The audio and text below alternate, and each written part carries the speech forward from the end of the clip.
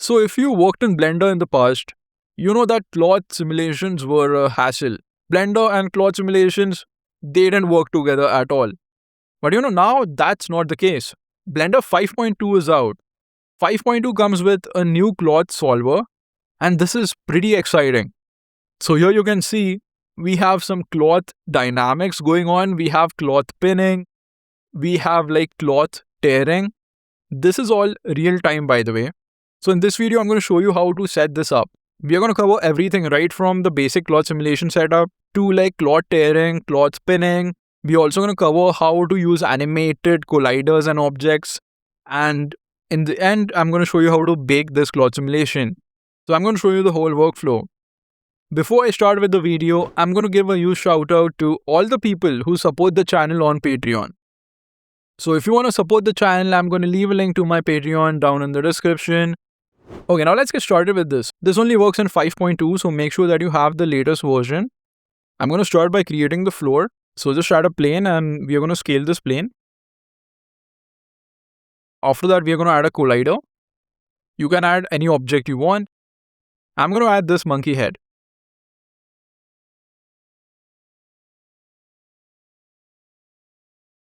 And this is really low poly, so I'm going to give it a subdivision surface.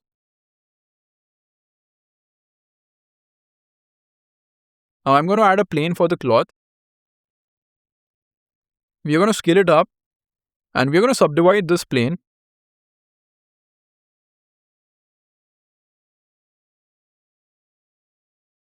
After that, make sure that you rename all these objects.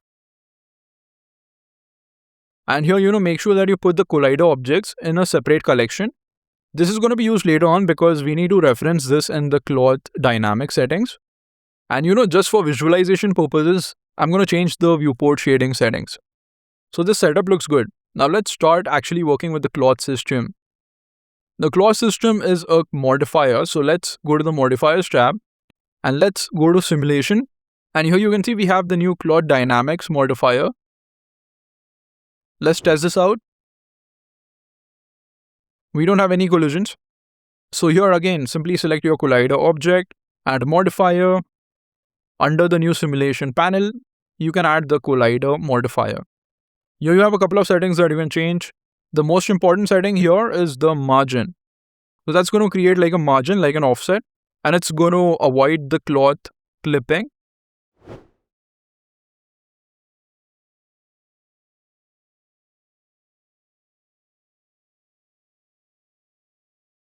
So I've added the collider modifier to the floor as well. And the cloth still falls down, so we don't have any collisions here.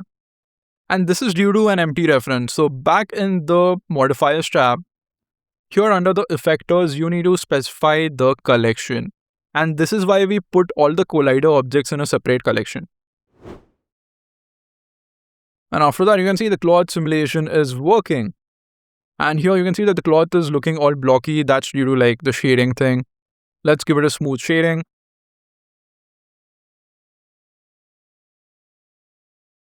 And at this point, you might feel that this is very similar to the old cloth system. So that is not the case. This works in real time. So to demo this, I'm going to change my end frame rate to a higher value. That way we don't run out of frames. After that, you can play this, select your collider object, and you can simply move the collider object. And here the cloth is interacting with the collider as we move it.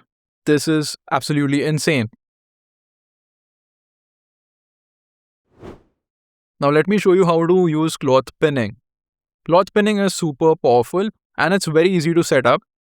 So here in the modifiers, you can see that we have a pin group. So here just go to the object data properties, toggle edit mode, select your vertices and create a new vertex group. Assign those vertices to the vertex group. I've also renamed this vertex group as the pin group. So here in the modifier, you can simply reference the pin group. And here you can see that the cloth pinning is working.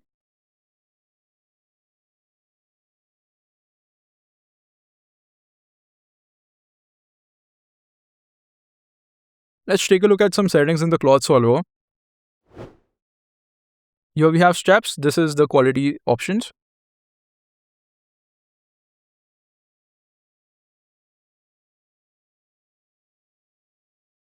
We have dampening, we have gravity. So this is basically a gravity multiplier. And now let's take a look at the most exciting option. So we have the cloth tearing option here. I'm going to enable this. You can set this to the Voronoi pattern. So this is going to use the Voronoi noise to do the cloth tearing. And let's test this out. And let's see if we can tear through this cloth.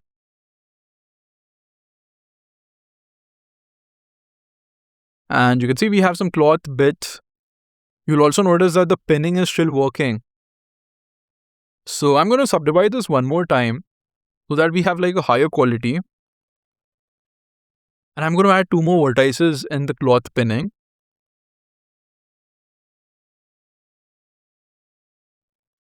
So we have this kind of cloth draping setup. And this is working in real time. It's kind of crazy, to be honest, because cloth was so bad. Cloth simulations were so bad in Blender before, and the cloth dynamically reacts with the collider. Looks so good.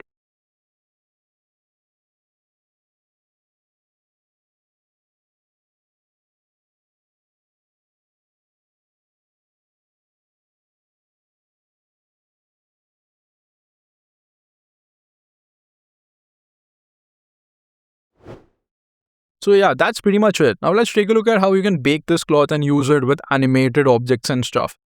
So back here in the cloth modifier, we have the bake option.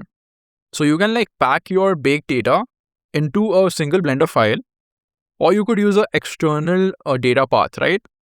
So you could use a folder to store the baked cache. That is what I personally recommend. And I'm going to show you an example how you can make this work with animated objects. So select the object that you want to animate. Make sure that auto keyframing is on. Play the animation and simply move the object as you want to move it. And due to auto keyframing, you can see on the timeline that Blender automatically adds keyframes for our object.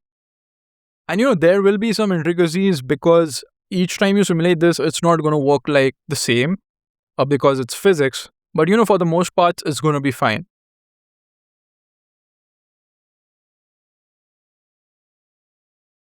So now to finally bake this, you can select the cloth, go to the physics tab, and you can bake it from here.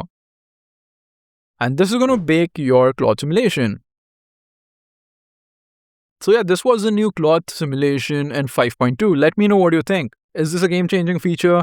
I feel that it is pretty big feature because the Blender community was struggling since a long time for a good cloth solution, and now we have this built into Blender. So yeah, let me know what you think down in the comments. Subscribe to the channel for more videos like this, and I'm going to see you in the next one.